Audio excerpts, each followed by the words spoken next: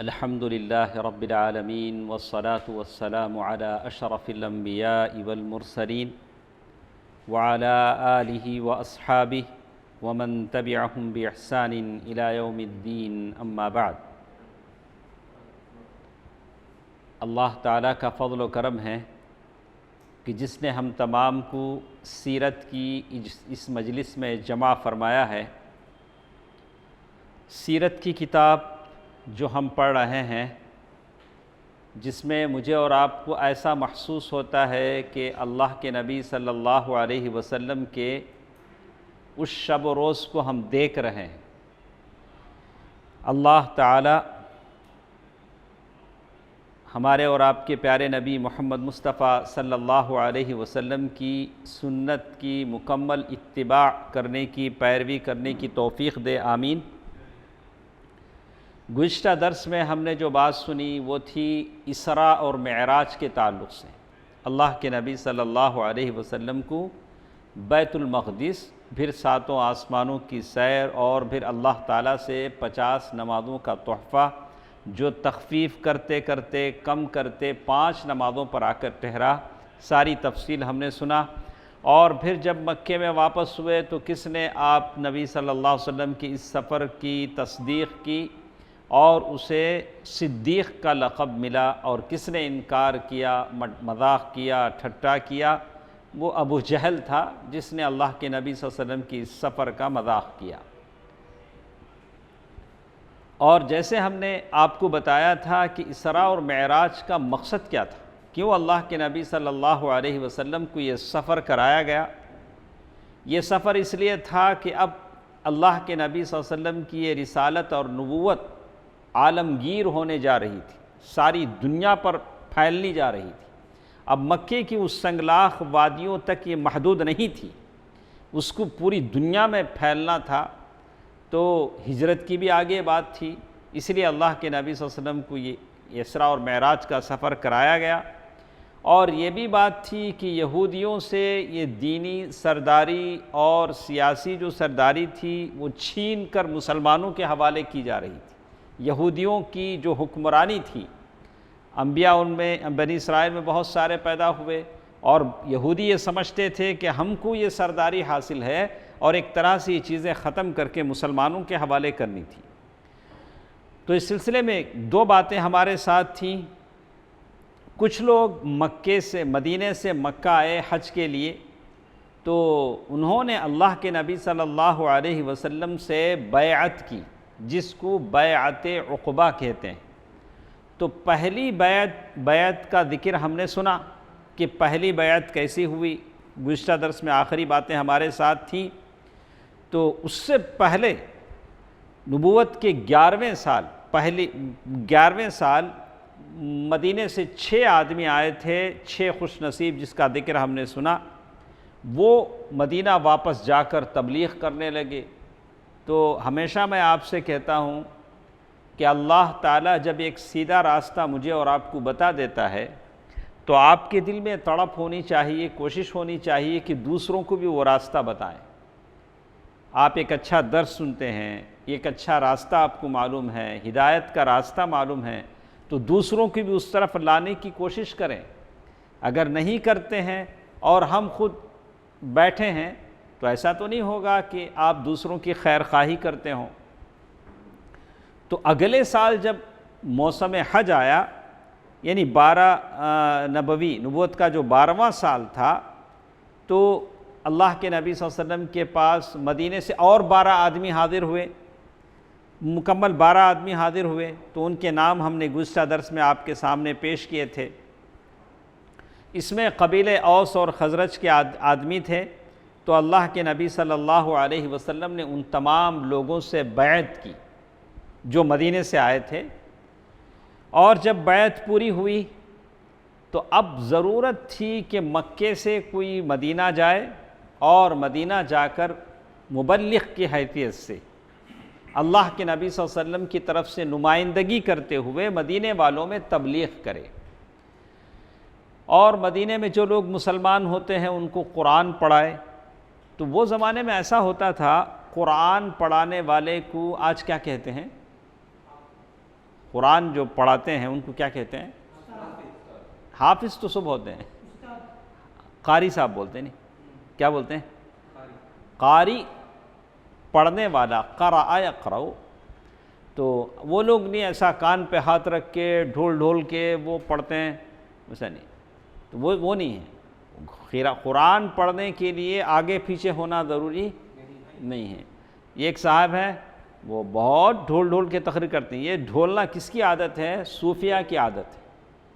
تو چاہے آپ قرآن پڑھیں، چاہے آپ نماز پڑھیں، چاہے آپ تقریر کریں، یہ ڈھولنا کیا ہے؟ اچھی بات نہیں ہے، صوفیہ کی عادت ہے، اس کو نہیں کرنا چاہیے۔ تو عام طور سے قاری کسے کہتے ہیں؟ قرآن پڑھنے والے کو کہتے ہیں۔ تو ایسے نماز پڑھتے ہوئے کوئی ایسے ڈھولتا ہے تو وہ یہودی ویسے ہی کرتے ہیں، تو اسے منع کیا گیا۔ تو قاری قرآن پڑھنے والا چاہے کیسے بھی پڑھے۔ اسی طرح مقری، وہ زمانے میں پڑھانے والے کو کیا بولتے تھے؟ مقری۔ تو اللہ کے نبی صلی اللہ علیہ وسلم نے مصعب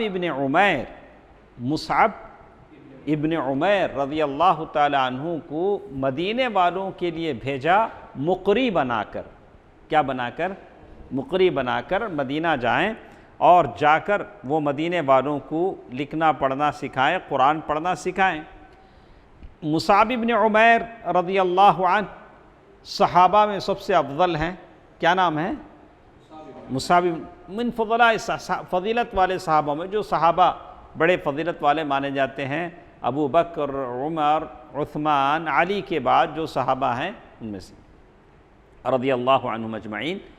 تو مصعب ابن عمیر السابقین فی الاسلام، اسلام پہلے لانے والے لوگوں میں سے شامل ہیں۔ اس وقت اسلام لائے جب اللہ کے نبی صلی اللہ علیہ وسلم دار ارقم میں موجود تھے۔ مصعب ابن عمیر رضی اللہ تعالیٰ عنہ اسلام لائے، لیکن انہوں نے اپنے اسلام کو چھپائے رکھا، کسی کو بتایا نہیں کہ میں مسلمان ہو گیا ہوں۔ ایک دن ایسا ہوا کہ عثمان بن طلحہ جو ابھی مسلمان نہیں ہوئے تھے، انہوں نے ان کو نماز پڑھتے ہوئے دیکھ لیا، ارے مصعب ابن عمیر نماز پڑھتے ہیں، تو جا کر ان کے امی کو بتا دیا کہ مصعب ابن عمیر مسلمان ہو گئے۔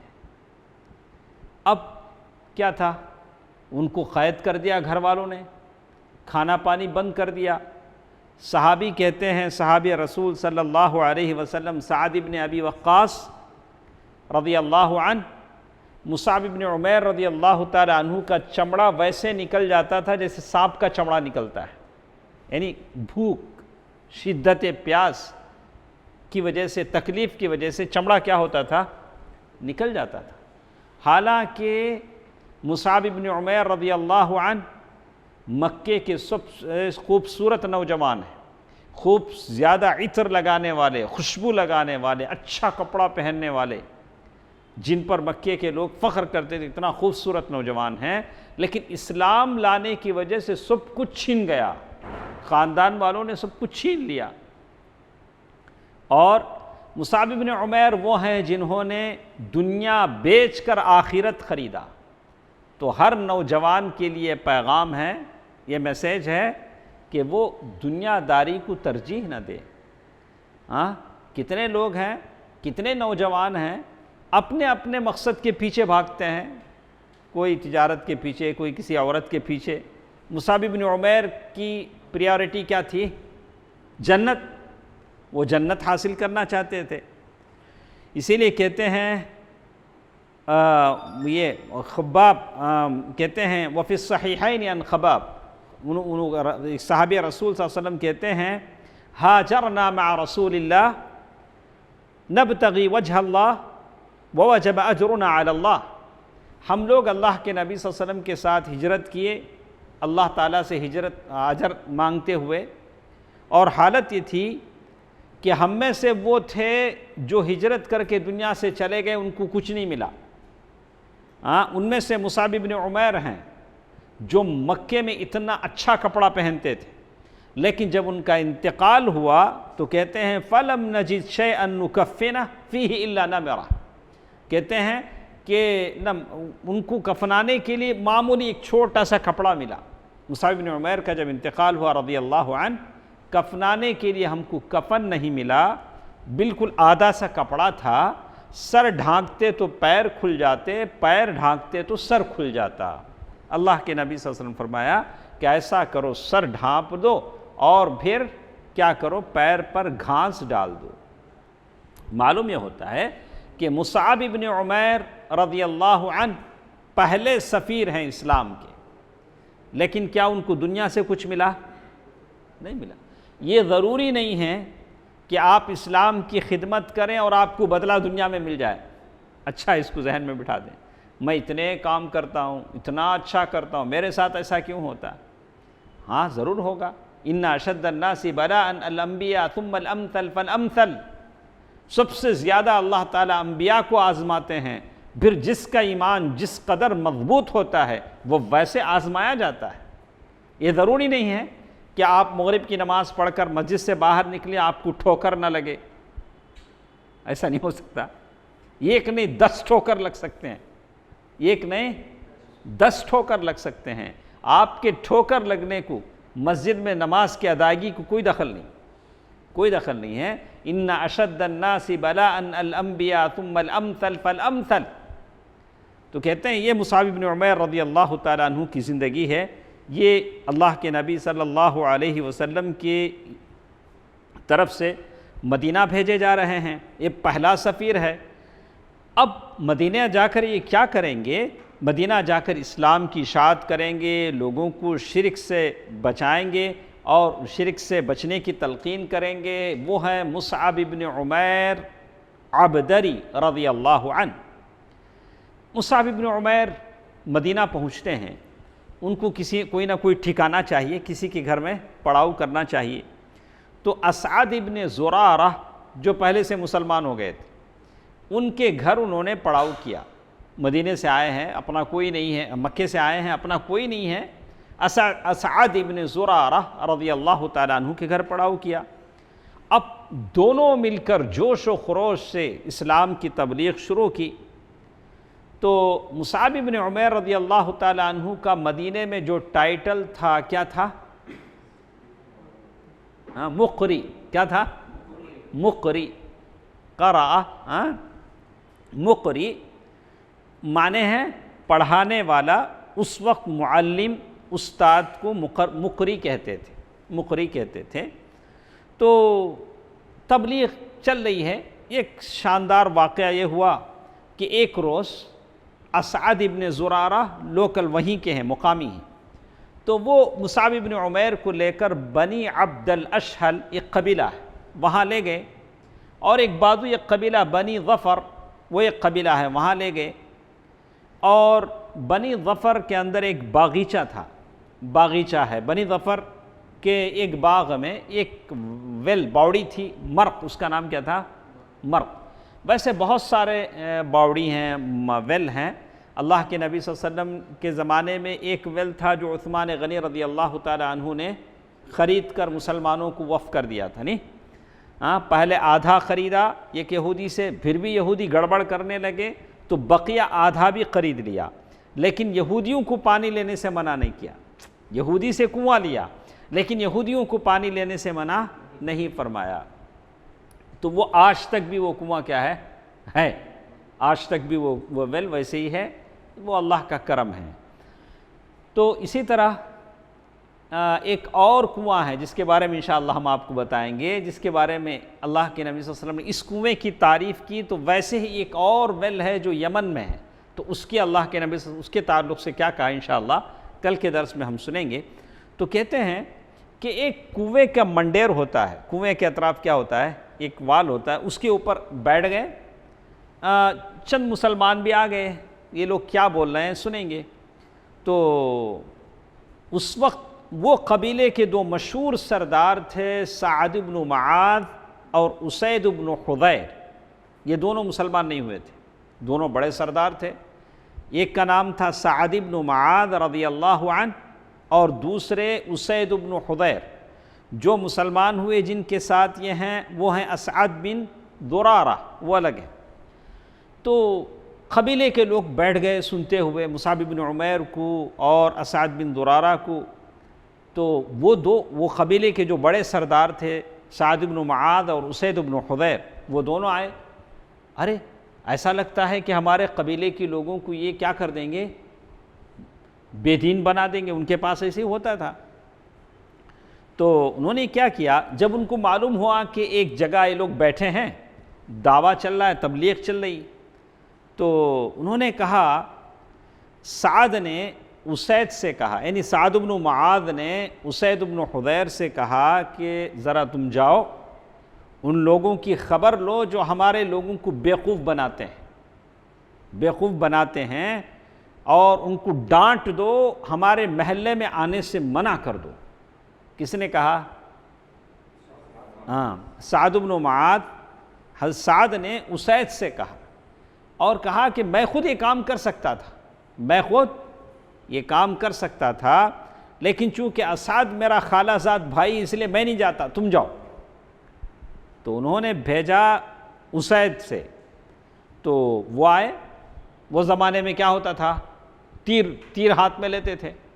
جیسے آج کل تو ہاتھوں میں کچھ نہیں ہوتا نا، آج کل تو ہوتا نہیں ہے. وہ زمانہ تھا جب آدمی جب چلتا تو ہاتھ میں بھالا لے کے چلتا. تیر کیا بولیں گے اس کو؟ تیر. تو بھالا لے کے چلتے تھے. تو لے کے اٹھے اور سیدھے یہ دونوں کے پاس آئے. مصعب بن عمیر رضی اللہ تعالیٰ عنہ کے پاس آئے. آپ لوگ بس غور کریں کہ دعوت کے کیسے کیسے اس میں بھید و اسرار ہیں، کیسے دعویٰ میں یہ چیزیں کام آتی ہیں. اور یہاں دونوں بیٹھے ہیں، ایک مقری مصعب بن عمیر رضی اللہ عنہ، دوسرے کون ہیں ان کے ساتھ؟ اسعد بن زرارہ. دونوں بیٹھے ہیں. وہ سیدھے آئے. آتے ہوئے دیکھ کر اسعد نے کہا کہ یہ دیکھو، یہ جو آ رہے ہیں اسید بن حضیر میری قوم کے سردار ہیں، جو لوگ یہاں بیٹھے ہیں ان کے وہ سردار ہیں. ان کے بارے میں اللہ سے سچائی اختیار کرنا، یعنی اب وہ آ رہے ہیں، ان کو دعویٰ کرنے سے پہلے اور کیا کرنا، اپنے اخلاص میں بڑھوتری لا لینا. تو معلوم یہ ہوتا ہے کہ دعویٰ میں سب سے زیادہ چیز جس کی ضرورت ہے کس کی؟ اخلاص کی. اسی لیے سلف کے بارے میں آتا ہے جب بھی وہ دعویٰ کے لیے نکلتے تو نماز پڑھ کر اللہ سے دعا کر کے نکلتے کہ اللہ میں دعویٰ کے لیے جا رہا ہوں، یا اللہ مجھے آج کامیابی عطا فرما. تو مصعب رضی اللہ تعالیٰ عنہ نے کہا کہ اگر وہ بیٹھیں گے تو میں بات کروں گا. انہوں نے کیا کہا؟ اسید آ رہے ہیں، اگر بیٹھیں گے تو میں بات کروں گا. اسید کھڑے ہوئے، بیٹھے نہیں، کھڑ کر شروع کر دیے. سخت کہنے لگے، بولے تم دونوں یہاں کیوں آئے ہو، ہمارے ہاں کیوں آئے ہو، ہمارے کمزور لوگوں کو بیوقوف بناتے ہو. تو مصعب بن عمیر رضی اللہ تعالیٰ عنہ نے سیر کو سوا سیر کا جواب نہیں دیا. جانتے ہیں سیر کو سوا سیر؟ 1 کو 10. سامنے والا 1 بولے تو ہم کتنے بولیں؟ 10. ویسے نہیں، یہ دعوت کا اسلوب نہیں. مصعب بن عمیر رضی اللہ تعالیٰ عنہ نے کیا کہا، کیوں نہ آپ بیٹھیں، کچھ سنیں، آپ بیٹھ جائیں. بیٹھنے سے کیا ہوتا ہے، آدمی کا غصہ کم ہو جاتا ہے. آدمی غصے میں آئے تو پہلے کیا کرنا، اس کو بٹھا کے ٹھنڈا 1 گلاس پانی پلانا.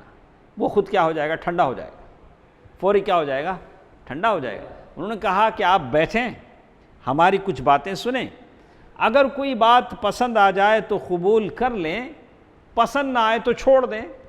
مصعب بن عمیر رضی اللہ تعالیٰ عنہ نے اسید بن حضیر سے کہا.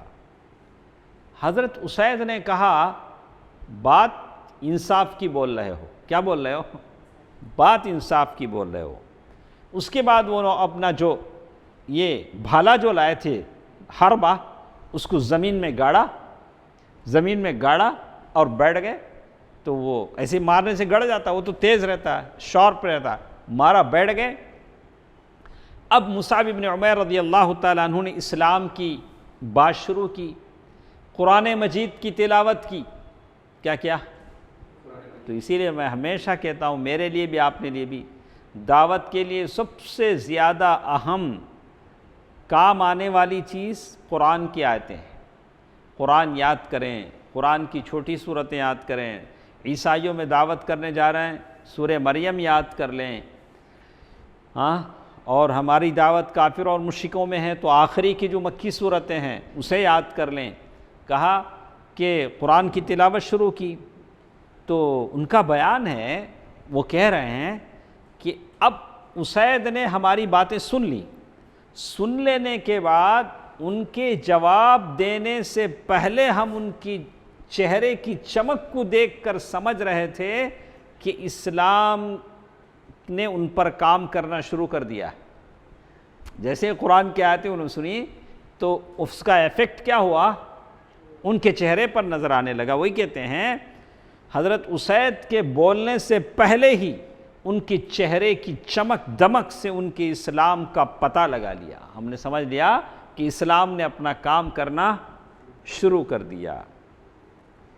انہوں نے اس کے بعد اسید نے زبان کھولا، زبان کھول کر فرمایا ارے یہ تو بڑا ہی عمدہ اور بہت ہی اچھی بات ہے جو تم نے مجھے سنائی، قرآن کی آیتیں سنائیں۔ اچھا، انہوں نے ایک سوال کیا اسید بن حضیر نے، اسلام میں آنا بولے تو کیا کر رہا، کیا بولے سوال، آپ لوگ کسی کو اسلام میں داخل کرنا چاہتے ہیں تو کیا کرتے ہیں؟ انہوں نے سوال کیا۔ تو یہاں بھی حکمت سے آپ یہ کہنے پہلے آپ ختنہ کرانا بولے تو مسئلہ مشکل ہو جائے، یہی اسی بات کو لے کر تو رکاوٹ بنائی جاتی ہے۔ انہوں نے یہ جواب یا نہیں دیا، انہوں نے کہا آپ پہلے غسل کر لیں۔ کیا بولے؟ آپ پہلے کیا کر لیں؟ غسل کر لیں، کپڑے پاک کر لیں۔ وَثِيَابَكَ فَطَهِّرْ وَالرُّجْزَ فَاهْجُرْ، آپ غسل کر لیں، پاک کپڑے پہن لیں، پھر حق کی شہادت دیں، اشہد ان لا الہ الا اللہ واشہد ان محمدًا عبدہ ورسولہ۔ پھر 2 رکعت نماز پڑھیں، وہ رکعت کی نماز بھی وہ سکھائیں گے کیسے پڑھنا ہے۔ پھر 2 رکعت نماز پڑھیں، ویسے وہ زمانے میں پڑھتے تھے۔ تو اسید بن حضیر سے انہوں نے کیا کہا، آپ لوگ اسلام میں لانے کے لیے کیا کرتے ہیں؟ تو کیا کہا، پہلے آپ غسل کر لیں۔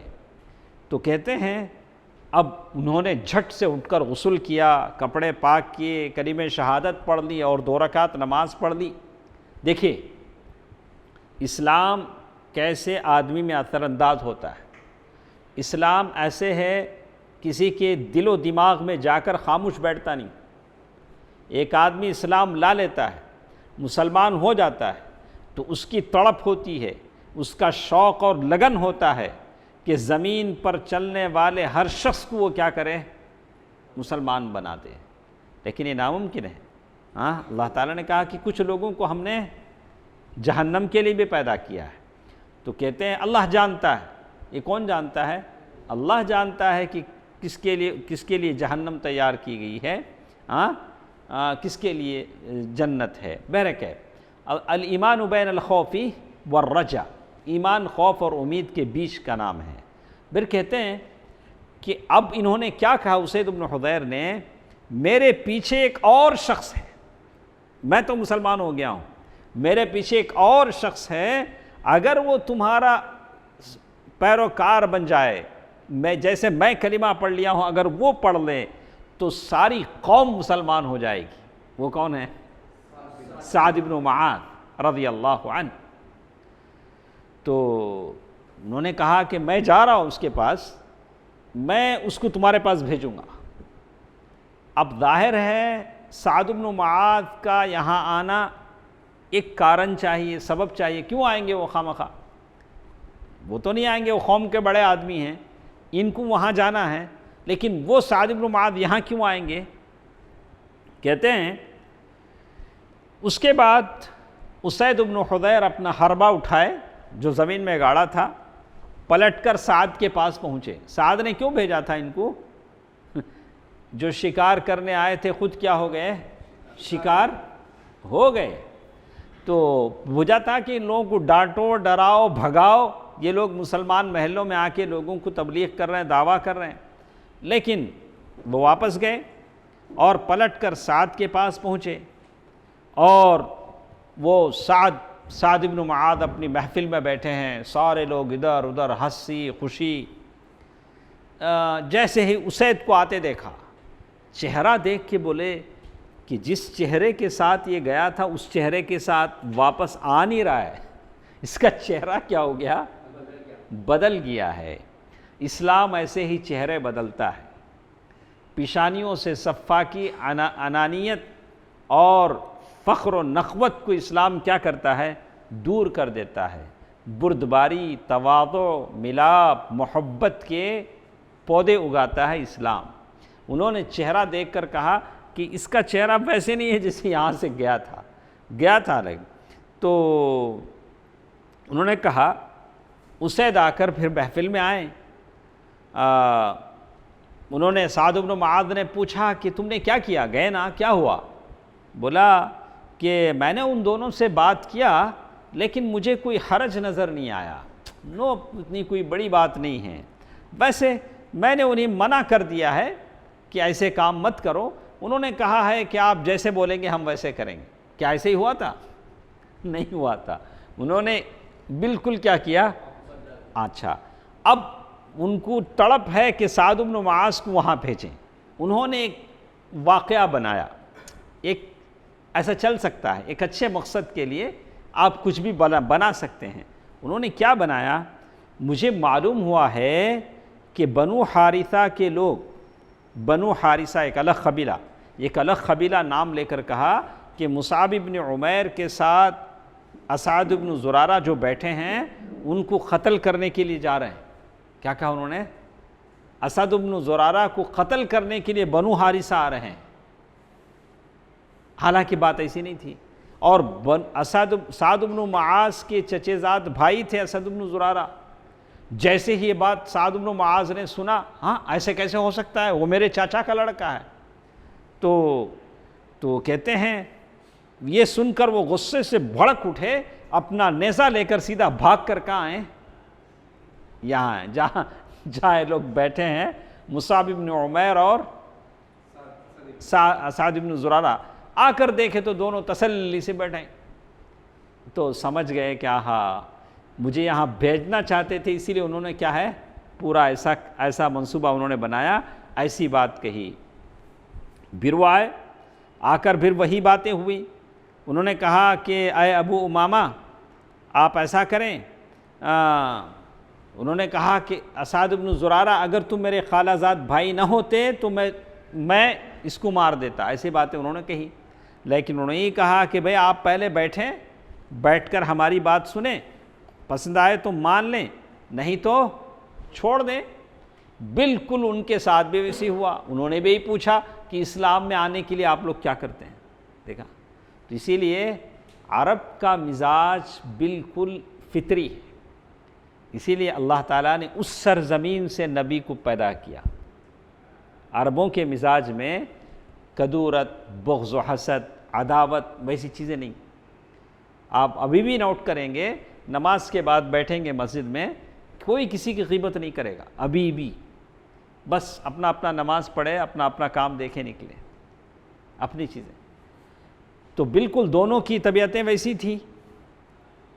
اس کے بعد دیکھتے دیکھتے مسلمان ہو گئے۔ اب جب واپس گئے اپنی قوم کے پاس تو قوم کے لوگوں نے کہا ارے اس کا چہرہ بھی بدلا ہوا ہے، یہ تو بالکل بدلا لگتا ہے۔ تو سیدھے اپنی قوم کے پاس آئے، بنی عبد الاشہل کے پاس آ کر کہا قوم کے لوگوں میں کیسا آدمی ہوں؟ تو سارے لوگوں نے کہا کہ آپ ہمارے سردار ہیں اور سب سے اچھے سوجھ بوجھ کے مالک ہیں، اور ہم میں سب سے بابرکت انسان ہیں اور ہمارے پاسبان ہیں۔ تو انہوں نے کہا کہ اے بنو عبد الاشہل، اے میری قوم کے لوگوں سنو۔ کون کہہ رہے ہیں؟ سعد بن معاذ۔ میں قبیلے میں جتنے مرد اور عورت ہیں کسی سے بات نہیں کروں گا، سب سے میری کھٹی، کیا بولا؟ ہاں، سب سے کسی سے میں کیا نہیں کروں گا؟ بات نہیں کروں گا جب تک کہ تم مسلمان نہ ہو جاؤ۔ سبحان اللہ، جب تک کہ تم کیا نہیں کرو؟ مسلمان نہ ہو جاؤ، تم اللہ اور اس کے رسول پر ایمان نہ لاؤ۔ ان کی اس بات کا اثر یہ ہوا کہ شام ہوتے ہوتے اس قبیلے کا کوئی بھی مرد اور کوئی بھی عورت ایسی نہ بچی جو مسلمان ہو گئی۔ شام ہوتے ہوتے بنو عبد الاشہل قبیلہ سارے کا سارا کیا ہوا؟ مسلمان ہو گیا۔ دعوت چلی تھی مصعب بن عمیر سے، اس کے بعد ان کے ساتھی اسعد بن زرارہ جن کے گھر میں قیام تھا، اس کے بعد اسید بن حضیر جو قبیلے کے سردار تھے، اس کے بعد دوسرے سردار سعد بن معاذ جو بنی عبد الاشہل کے سردار تھے۔ تو ایسا سارا قبیلہ کیا ہے مسلمان ہو گیا۔ پورے قبیلے میں سے صرف ایک آدمی تھا اسیرم، اس کا نام کیا تھا؟ اسیرم۔ وہ اسلام نہیں لایا، اس کا اسلام تھوڑا پیچھے ہوا، کب تک؟ جنگ احد تک، جنگ احد تک۔ اور جنگ احد میں وہ مسلمان ہوا، جنگ لڑنے سے تھوڑی دیر پہلے مسلمان ہوا اور جنگ میں مارا گیا، شہید ہوا۔ اس کا نام کیا تھا؟ اسیرم۔ اسی لیے اللہ کے نبی صلی اللہ علیہ وسلم نے فرمایا کہ ایسا آدمی ہے جس نے ایک سجدہ بھی نہیں کیا لیکن جنت اس کی ہوگی۔ ایک سجدہ بھی نہیں کیا، تھوڑا سا عمل کیا، زیادہ اجر اس نے پایا۔ وہ کون تھا؟ اسیرم۔ مصعب اسعد بن زرارہ ان کے گھر میں ہیں مدینہ میں، مصعب بن رضی اللہ تعالیٰ عنہ کا کوئی نہیں ہے۔ انصار کے گھروں میں جا کر تبلیغ کر رہے ہیں۔ جب بھی آپ انصار کہیں گے وہاں کے دونوں قبیلے مراد ہوتے ہیں، اوس اور خزرج۔ دو قبیلے مدینہ میں تھے۔ مدینہ میں جو لوگ تھے تین طرح کے لوگ تھے، ایک یہودی تھے، دوسرے اوس اور خزرج۔ اوس اور خزرج سارے کے سارے انصار تھے، ایک یہودی ان کے مقابلے میں تھے۔ تو وہاں اللہ تبلیغ ہو رہی ہے لیکن اکثر لوگ مسلمان ہو رہے ہیں، اور کہتے ہیں بمشکل کچھ لوگ ہوں گے جو مسلمان نہیں ہوئے۔ ان میں بنو امیہ بن زید اور خطمہ اور وائل کے کچھ گھر رہ گئے تھے، اس لیے کہ وہاں ایک مشہور شاعر تھا قیس بن اسلط، لوگ اسی کی بات مانتے تھے، وہ لوگوں کو اسلام سے روکتا تھا۔ تو خندق 5ویں سن ہجری تک وہ روکے رکھا، لیکن بعد میں وہ لوگ بھی کیا ہوئے؟ مسلمان ہوئے، وہاں کے لوگ مسلمان ہوئے۔ اس کے بعد مصعب بن عمیر رضی اللہ تعالی عنہ جب نبوت کا 13واں سال آیا، نبوت کا 13واں سال، تو کتنے سال مصعب بن عمیر مدینہ میں تبلیغ کرتے رہے؟ کب آئے ہیں مدینہ؟ دیکھیے تو مصعب بن عمیر رضی اللہ تعالی عنہ یہ کس سال ہیں؟ نبوی 12، تو 1 سال سے زائد عرصہ، 1 سال سے زائد عرصہ مدینہ میں تبلیغ کرتے رہے، اور 13ویں سال مکہ واپس گئے۔ اللہ کے نبی صلی اللہ علیہ وسلم کو ساری رودات سنائی۔ دیکھیے ہمیشہ کام کی رپورٹ لینی چاہیے، کیا کام ہو رہا ہے، کتنا کام ہو رہا ہے۔ ایسا نہیں کہ ہم کام کریں تو کام کرنے کے بعد کام کیسے بہتر بنایا جا سکتا ہے، اسی لیے کیا لیتے ہیں؟ فیڈ بیک لیا جاتا ہے، لوگوں سے آراء لی جاتی ہے، لوگوں سے تجویز لی جاتی ہے، مشورے لیے جاتے ہیں، اور کام کارکردگی کی رپورٹ لی جاتی ہے تاکہ کام میں بہتری لائی جا سکے۔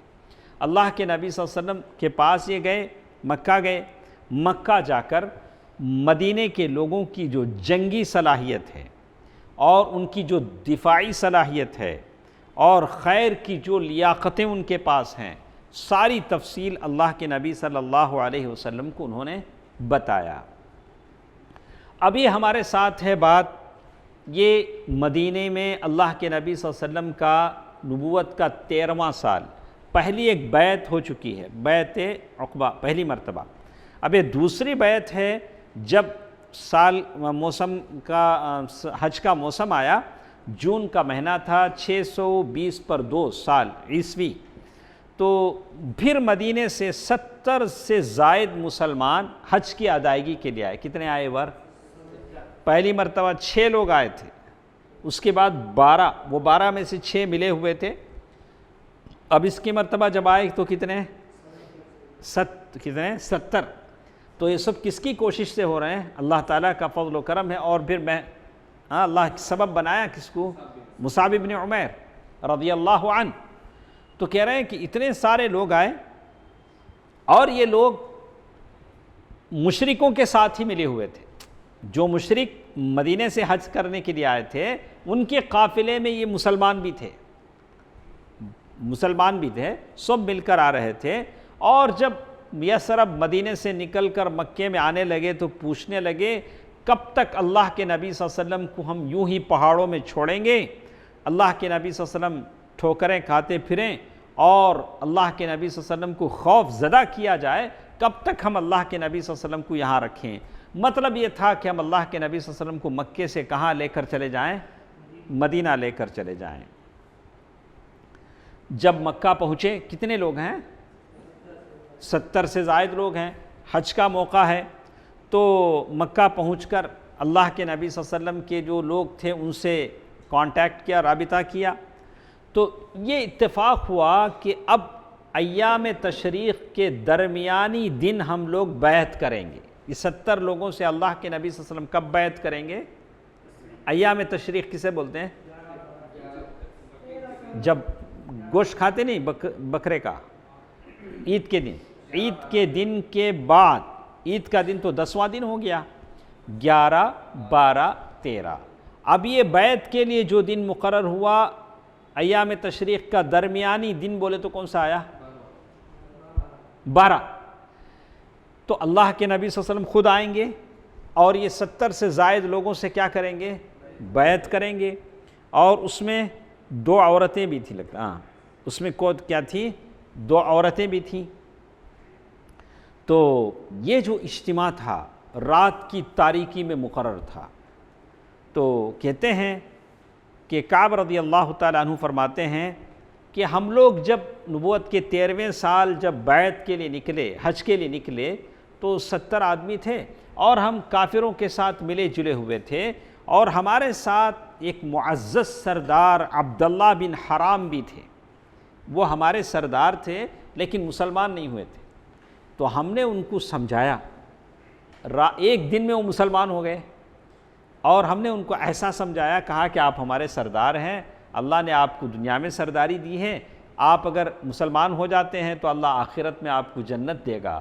تو وہ مان گئے اور کہا کہ ہم آپ کو اس حالت سے نکالنا چاہتے ہیں۔ تو کہتے ہیں کہ اب وہ دن قریب آ رہا تھا جس دن اللہ کے نبی صلی اللہ علیہ وسلم رات کی تاریکی میں ہمارے پاس آ کر ہم سے بیعت لینے والے تھے۔ تو کہتے ہیں کہ جب رات آئی تو تہائی رات گزر گئی، مطلب آدھی رات کا حصہ گزر گیا۔ گزر جانے کے بعد ہم لوگ اپنے بستروں پر سوئے، سارے کیا ہیں؟ اپنے اپنے بستروں پر سوئے ہیں۔ ان کے ساتھ کون لوگ ہیں؟ مدینے کے مشرک بھی ہیں، ان کو نہیں معلوم کہ یہ لوگ مسلمان ہو چکے ہیں۔ تو کہتے ہیں پھر ہم اپنے ڈیروں سے نکلے، ایک ایک اپنا جو ٹینٹ تھا وہ ٹینٹ سے مسلمان نکلے۔ دیکھیے کیا کہتے ہیں، ہم اس طرح چپکے چپکے دبک کر نکلتے تھے جیسے چڑیا گھونسلے سے سکڑ کر نکلتی ہے۔ تو یہ بتانا چاہتے تھے کوئی بھی کام کریں عقل سے کریں، عقل مندی سے کریں، ڈھنڈورا نہ پیٹیں، ایسا نہیں چائے پیے 4 آنے گلاس پھوڑے 12 آنے، ایسا نہیں ہونا چاہیے۔ ہاں، آپ جتنا کام کریں جس کا فائدہ ہو، خامخواہ کام نہ ہو، الٹا کیا ہو؟ بدنامی ہو۔ تو یہ تھی بات کہ یہ لوگ جیسے کرتے تھے کہ حکمت کے ساتھ، مصلحت کے ساتھ، تو کہتے ہیں کہ ہم ایسے نکلے یہاں تک کہ ہم سب عقبہ جہاں بیعت ہونی تھی وہاں جمع ہو گئے۔ ہماری تعداد 75 تھی، کتنی تھی؟ 75، اور اس میں سے 70 پر 3 مرد اور 2 عورتیں تھیں، اور 2 عورتیں بھی کون سی؟ ایک ام عمارہ، کون سی عورت تھی؟ ام عمارہ، جن کے بارے میں اللہ کے نبی صلی اللہ علیہ وسلم کہتے ہیں احد کی جنگ تھی، میں جدھر بھی دیکھتا تھا تو ام عمارہ نظر آتی تھی، اور میں نے کہا کہ احد کی جنگ کا تمغہ، اعزاز کسے ملا؟ ام عمارہ کو ملا۔ تو کہتے ہیں کہ ایک ام عمارہ اس وقت ساتھ تھی رضی اللہ عنہا، ام عمارہ نصیبہ بنت کعب، جو قبیلہ بنو مازین بن نجار سے تعلق رکھتی تھی، اور دوسری عورت تھی ام منیع اسماء بنت عمرو۔ سب لوگ گھاٹی میں جمع ہوئے، اور گھاٹی میں جمع ہونے کے بعد اللہ کے نبی صلی اللہ علیہ وسلم اکیلے نہیں آئے ہیں، اللہ کے نبی صلی اللہ علیہ وسلم کے ساتھ عباس بن عبد المطلب ہیں۔ کون ہیں؟ عباس رضی اللہ تعالیٰ عنہ، اللہ کے نبی صلی اللہ علیہ وسلم کے چاچا ہوتے تھے۔ تو دیکھیے اپنے بھتیجے کو ایسے ہی، حالانکہ وہ کافر ہیں، ابھی مسلمان نہیں ہوئے ہیں، اپنے بھتیجے کو اکیلے نہیں چھوڑ دیا، بلا کہ مدینے سے کچھ لوگ آ رہے ہیں وہ بیعت کریں گے، بلا کہ نہیں، اپنے بھتیجے کو خود لائے۔ لانے کے بعد تمام مدینے سے جو لوگ آئے بیٹھے تھے، اطمینان حاصل کر لیا کہ یہ لوگ اللہ کے نبی صلی اللہ علیہ وسلم کو لے جائیں گے تو حفاظت بھی کریں گے۔ تو عباس بن عبد المطلب انہوں نے پہلے ایک تقریر کی، مدینے سے جو لوگ آئے تھے ان کے سامنے کیا کہا، پوری صراحت کے ساتھ وہ واضح کر دیں کہ یہ ٹاسک کتنا اہم ہے۔ تو عباس بن عبد المطلب رضی اللہ تعالیٰ نے کہا کہ خزرج کے لوگوں، انصار جو اوس اور خزرج دونوں تھے، انہوں نے کہا کہ ہمارے اندر محمد صلی اللہ علیہ وسلم کی جو حیثیت ہے وہ تمہیں معلوم ہے۔ عباس بن عبد المطلب نے کہا ہماری قوم کے جو لوگ دینی نقطہ نظر سے ہماری ہی جیسے رائے رکھتے ہیں، ہم نے محمد کو ان سے محفوظ رکھا ہے، ابھی بھی ہم نے محمد صلی اللہ علیہ وسلم کو کافروں سے کیا کر کے رکھا ہے، بچا کے رکھا ہے، اور وہ اپنی قوم اور اپنے شہر میں قوت، عزت اور طاقت اور حفاظت کے اندر ہیں۔ کون؟ محمد صلی اللہ علیہ وسلم، مگر اب وہ تمہارے یہاں جانے، تمہارے ساتھ لاحق ہونے پر مصر ہیں، یہاں تک اب ہیں ہمارے پاس حفاظت سے ہیں، اب محمد صلی اللہ علیہ وسلم چاہتے ہیں کہ مکہ چھوڑ کر کہاں جائیں؟ مدینہ جائیں۔ اگر محمد صلی اللہ علیہ وسلم تمہیں جس چیز کی طرف بلا رہے ہیں اسے نبھا لو گے، ان کے مخالفین سے بچا لو گے، تب تو ٹھیک ہے، تب تو تم محمد صلی اللہ علیہ وسلم کو کیا کر سکتے ہو، لے جا سکتے ہو، اگر نہیں تو محمد صلی اللہ علیہ وسلم کو یہی چھوڑ دو، وہ اپنی قوم اور شہر میں بہرحال عزت اور حفاظت میں ہیں۔ کس نے کہا؟ عباس بن عبد المطلب رضی اللہ تعالیٰ عنہ۔ تو جو لوگ آئے تھے انہوں نے کہا کہ ہم نے آپ کی بات سن لی، اب اے اللہ کے رسول آپ بولیے۔ عباس بن عبد المطلب بولنے کے بعد کیا بولے؟ اللہ کے رسول صلی اللہ علیہ وسلم سے کچھ سننا چاہتے ہیں، اور آپ ہم سے عہد و پیمان لے لیجئے، آپ جس بات پر بیعت کرنا چاہتے ہیں بیعت کر لیجئے۔ اس کے بعد ایک لمبی گفتگو ہے، آپ صلی اللہ علیہ وسلم نے گفتگو کیا، آپ صلی اللہ علیہ وسلم نے قرآن مجید کی تلاوت کی، اللہ تعالیٰ کی طرف دعوت دی اور اسلام کی ترغیب دی، پھر اس کے بعد بیعت ہوئی۔ اللہ کے نبی صلی اللہ علیہ وسلم کے پاس سارا معاملہ کیا ہوتا تھا؟ بڑی ہی اصول اور ضوابط کے ساتھ ہوتا تھا۔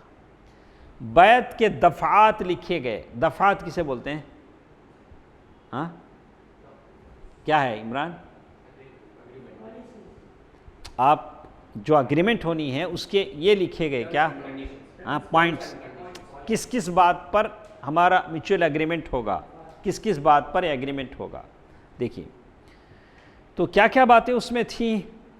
کہا چستی اور سستی، ہر حال میں بات سنو گے اور مانو گے، یعنی تم چست ہو، ایکٹیو ہو، تب بھی اللہ کے نبی کی بات سنو گے، تھک گئے ہو تب بھی اللہ کے نبی صلی اللہ علیہ وسلم کی بات کیا کرو گے؟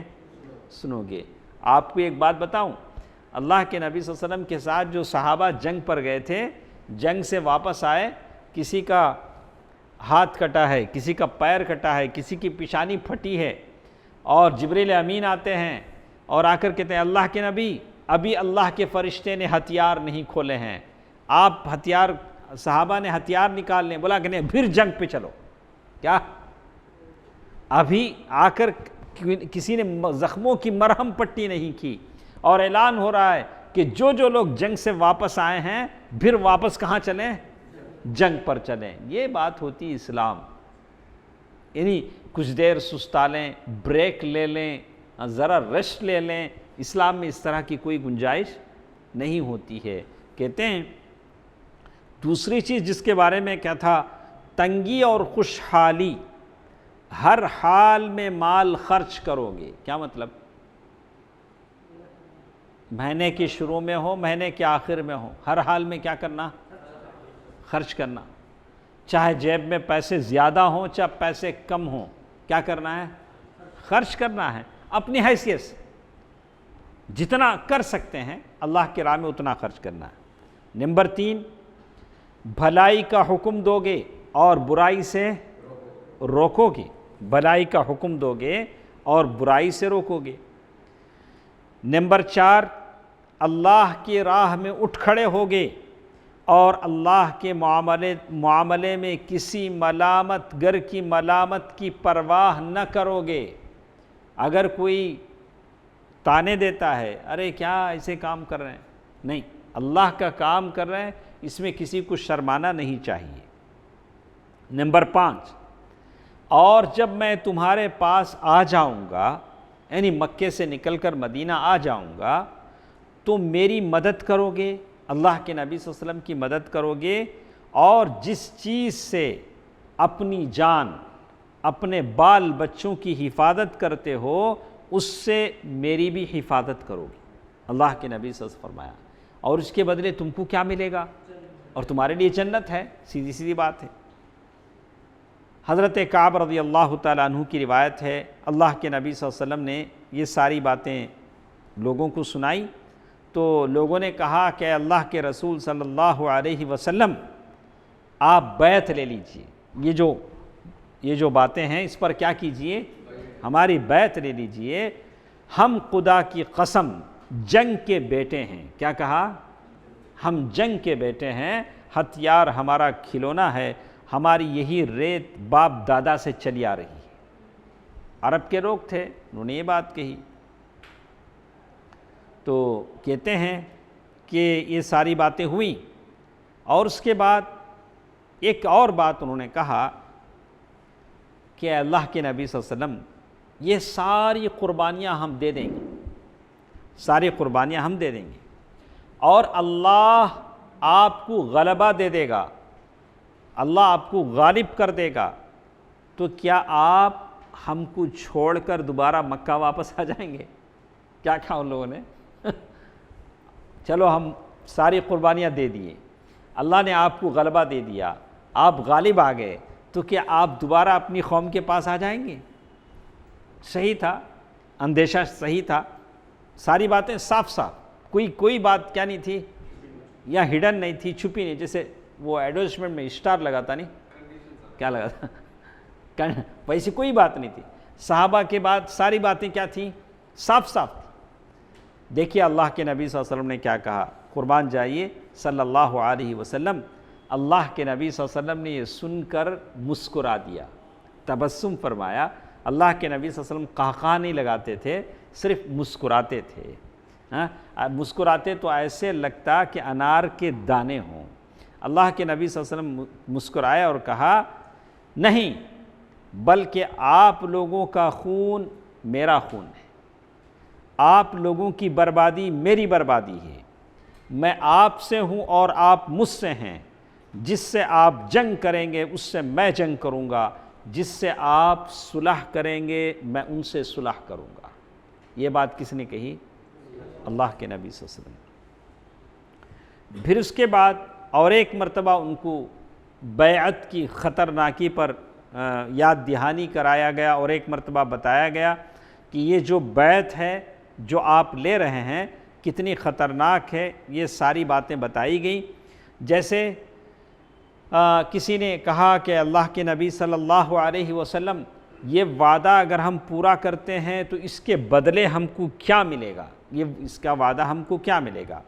آپ صلی اللہ علیہ وسلم نے فرمایا جنت. لوگوں نے عرض کیا اللہ کے نبی اپنا ہاتھ دیجئے. آپ نے ہاتھ پھیلایا. پھر اللہ کے نبی صلی اللہ علیہ وسلم نے لوگوں نے اللہ کے نبی صلی اللہ علیہ وسلم سے بیعت کی.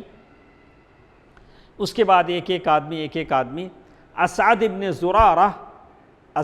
زرارہ یہ سب سے چھوٹی عمر کے تھے.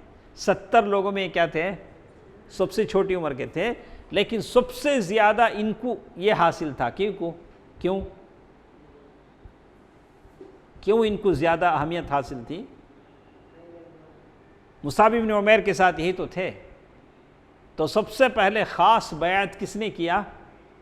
اسد بن زرارہ نے، حالانکہ سب سے کم عمر تھے. تو یہاں مطلب عمر کا نہیں ہے، آپ کس کی صحبت میں جیتے ہیں یہ اصل گنا جاتا ہے. ہاں، ایک کم عمر کا آدمی ہے جو علماء کی رفاقت میں، علم کی رفاقت میں جیتا ہے تو وہ اہمیت والا ہے.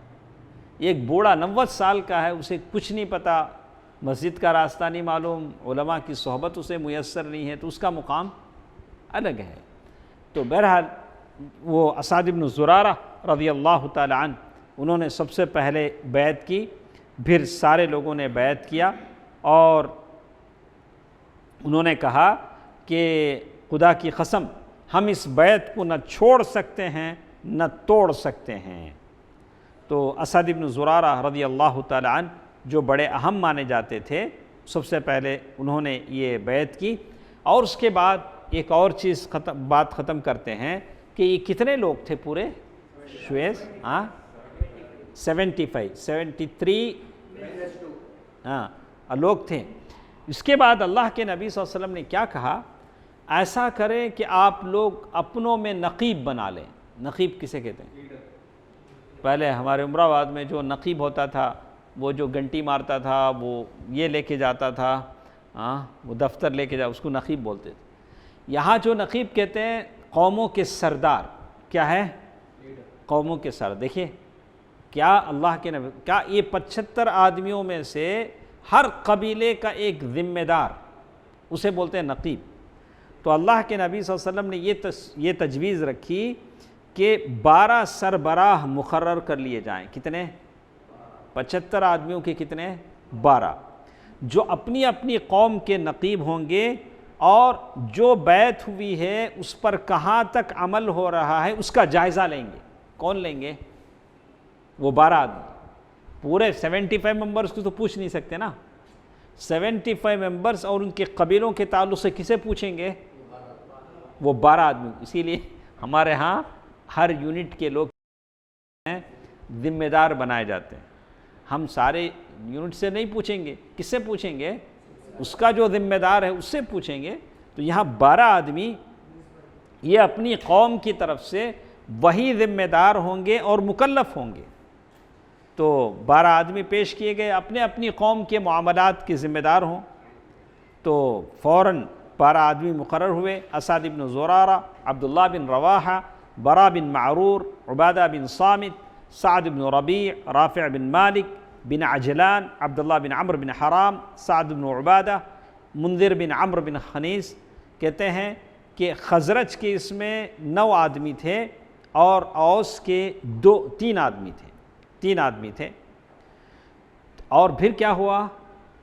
ایک عہد، ایک بیعت اللہ کے نبی صلی اللہ علیہ وسلم نے ساروں سے لیا. اس کے بعد 12 ان پر نقیب بنائے گئے، اور ان 12 آدمیوں سے پھر اللہ کے نبی صلی اللہ علیہ وسلم نے عہد لیا. دیکھیے کتنی ذمہ داری دی جا رہی. 12 آدمیوں سے الگ الگ اللہ کے نبی صلی اللہ علیہ وسلم نے کیا لیا؟ عہد لیا. آپ صلی اللہ علیہ وسلم نے فرمایا کہ آپ لوگ اپنی قوم کے جملہ معاملات کے کفیل ہیں. قوم کی ساری جو بھی ہوگا اس کے کون ذمہ دار ہیں؟ آپ 12 آدمی ہیں. جیسے حضرت عیسیٰ علیہ السلام کی جانب سے کفیل ہوئے تھے، اور میں اپنی قوم یعنی مسلمانوں کا کفیل ہوں. عیسیٰ علیہ السلام کے جیسے حواری تھے، ویسے میں اپنی قوم کا، یہ لوگ اپنی قوم کے ذمہ دار ہیں. ٹھیک ہے. اس کے بعد ایک چھوٹی سی بات ہے، انشاءاللہ کل کے درس میں ہم اسے پڑھیں گے، کہ یہ جو مدینے سے جو لوگ آئے تھے ان کے ساتھ جو معاہدہ ہوا، جو بیعت ہوئی، اس کا پتہ کسی کو نہیں تھا. خود مدینے سے جو کافر ان کے ساتھ آئے تھے ان کو بھی نہیں معلوم تھا کہ ہمارے ساتھ جو مسلمان آئے ہیں وہ لوگ کیا کیے ہیں. لیکن اس کا انکشاف ہو گیا. یہ بات مکے کے لوگوں کو کیا ہوئی؟ معلوم ہوئی. کیسے معلوم ہوئی؟ جہاں یہ بیعت ہوئی وہاں کا ایک شیطان تھا. وہ شیطان نے زور سے پکارا، چیخ لگائی کہ لوگوں یہاں ایسے ایسے ہو رہا ہے. اور یہ بات ہوتے ہوتے مکے کے قریش کو معلوم ہوئی، تو اس کے بعد کیا کیا چیزیں ہوئیں انشاءاللہ کل کے درس میں ہم پڑھیں گے۔ شیطان ایسا بھی کر سکتا ہے، شیطان ایسا بھی کر سکتا ہے، اسی لیے شیطان کو کسی کام کا مہلت نہ دیں۔ اسی لیے کہا کہ ہتھیار سے اپنے بھائی کی طرف اشارہ نہ کرو، یعنی چاقو سے، اس لیے کہ ہو سکتا ہے شیطان تمہارے ہاتھ کو کیا کرے، حرکت دے دے۔ تو شیطان کے بہت سارے کام ہوتے ہیں، تو انشاءاللہ اس کا ذکر انشاءاللہ کل کے درس میں ہم پڑھیں گے۔ ہم نے جو باتیں پڑھی ہیں اس میں بہت سارے عبرت، نصائح، پند و نصائح ہیں۔ اللہ تعالی ہمیں بھی اللہ کے دین کی دعوت کا کام کرنے کی توفیق دے، آمین۔ والسلام علیکم ورحمۃ اللہ وبرکاتہ۔